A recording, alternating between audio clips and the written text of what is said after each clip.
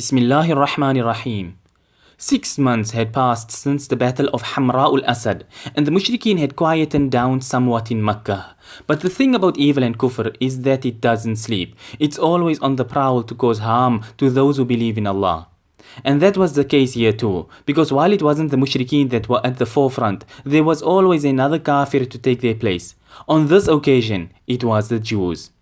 And so it was that in the month of Rabi'ul Awwal, in the 4th year after Hijrah, a Sahabi by the name of Hazrat Ammar ibn Umayyah radiyallahu anhu was returning from the well of Ma'una when he came across 2 Mushrikeen from the tribe of Banu Amir.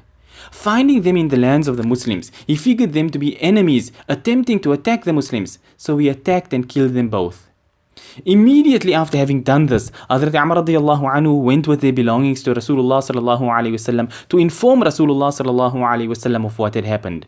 But the thing was that these people had actually come and had signed a treaty with Rasulullah sallallahu alaihi wasallam. So Rasulullah sallallahu alaihi wasallam corrected Hazrat Ammar radiyallahu anhu and told him that these people were under the protection of Rasulullah sallallahu alaihi wasallam due to this pact. Hazrat Ammar radiyallahu anhu explained that he wasn't aware of it. He had seen them being mushrikeen and he knew how their tribe had acted treacherously to the Muslims. That's why he had killed them. He wasn't aware a pact had been signed.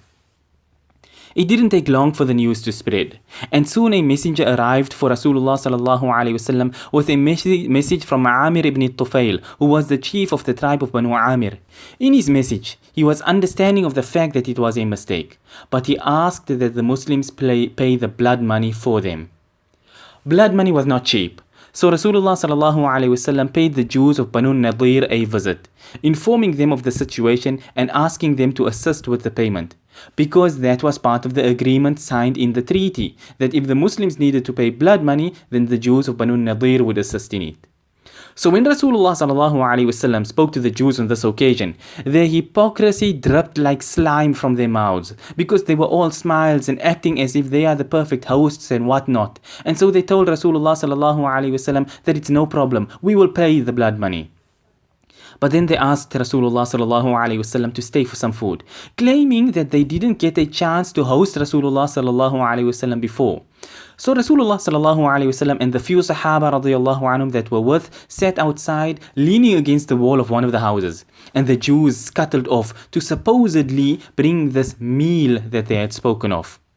However, when they got together inside, they held a secret meeting, and one of the chiefs, Huyay ibn Akhtab, spoke up saying that the perfect opportunity to assassinate Rasulullah sallallahu alaihi wasallam had just presented itself. Here was Rasulullah sallallahu alaihi wasallam in their midst with not even 10 Sahaba. The Sahaba that were with was Hazrat Abu Bakr radiyallahu anhu, Hazrat Umar, Hazrat Ali, Hazrat Zubayr, Hazrat Talha, Hazrat Usayd ibn Hudayr, Hazrat Sa'ad ibn Mu'adh, and Hazrat Sa'ad ibn Ubadah radiyallahu anhum. Just these 8 Sahaba radiyallahu anhum.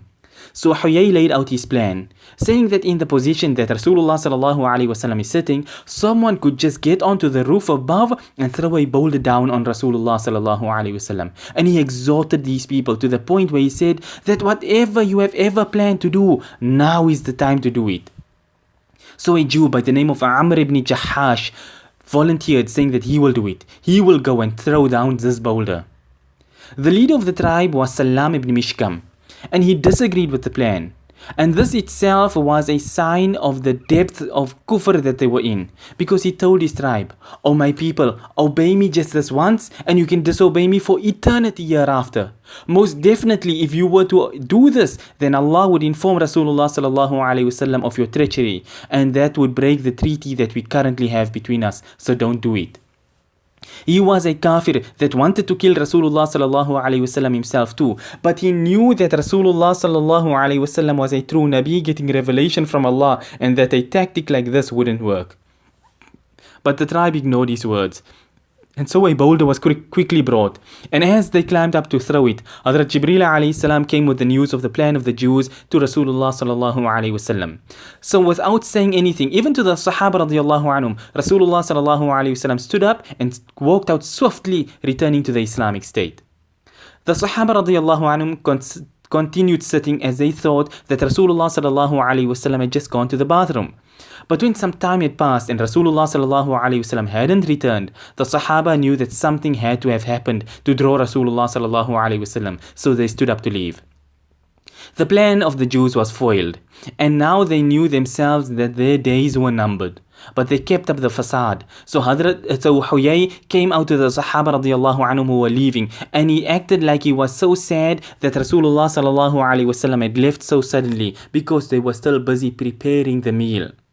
So the Sahaba radiallahu anhum left, and they met up with Rasulullah sallallahu alaihi wasallam, and that is when Rasulullah sallallahu alaihi wasallam informed them of what the Jews had tried to do. The pact was now broken. So Rasulullah sallallahu alaihi wasallam sent Hazrat Muhammad ibn Maslama radiyallahu anhu to the tribe of Banu An-Nadheer, informing them of what they had plotted and that they are hereby exiled. They were given 10 days to pack up their belongings and leave. And if anybody was left behind after that time, they would be executed. So the Jews made preparation to leave their homes. And while they were busy with it, again the munafiq snake Abdullah ibn Ubay ibn Salul made an appearance. He sent a message to the Jews telling them not to leave, that he has 2,000 soldiers at his command that will defend them and not allow the Muslims to harm them. He managed to convince Huyay ibn Akhtab to stay, and he in turn got the tribe to remain. The chief of the tribe, Salam ibn Mishkam, tried to convince Huyay to leave, telling him that Ibn Salul is not a Jew like you, nor a Muslim like Rasulullah sallallahu alaihi wasallam, nor even a mushrik like his own people. So how can you take a single word, he says? And here Rasulullah sallallahu alaihi wasallam was allowing you to live with your lives and your wealth. What more could you want? But Huyay was adamant. He felt either he would kill Rasulullah sallallahu alaihi wasallam or die trying. So Huyay sent word to Rasulullah sallallahu alaihi wasallam saying that we won't be going anywhere, so do what you must do. So they gathered in their forts, they closed their doors and felt that they had enough means to last out a year, that Rasulullah sallallahu alaihi wasallam would not be able to keep out the siege for so long. But they thought wrong, and the Muslims laid siege to their forts, with the Jews throwing rocks and shooting arrows from the tops of their forts. And the fort was surrounded by date palms, so the Muslims besieged them for a week or two. Then Rasulullah sallallahu alaihi wasallam gave the command for the trees to be cut down and burned. Seeing the unrelenting attack of the Sahaba radiyallahu anhum, the allies of Banu An-Nadheer abandoned them. And as was to be expected, the munafiq Ibn Salul didn't keep his word either, so he and his 2,000 men were nowhere to be seen. Seeing their trees being burnt, which had taken 30 years to grow to the point of giving proper ajwa dates, the Jews began wailing from within the fort, until Huyay sent a message to Rasulullah sallallahu alaihi wasallam saying that they are willing to surrender and leave, taking all of their wealth and things with them. But Rasulullah sallallahu alaihi wasallam told them they can leave, and it would be accepted on condition that they can only take what they can carry on their camel, not more than that. Eventually they accepted.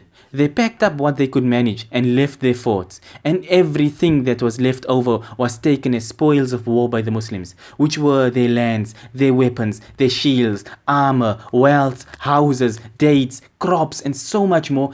Everything was taken by the Muslims.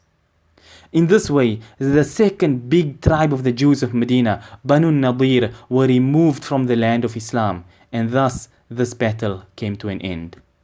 وآخر دعوانا أن الحمد لله رب العالمين.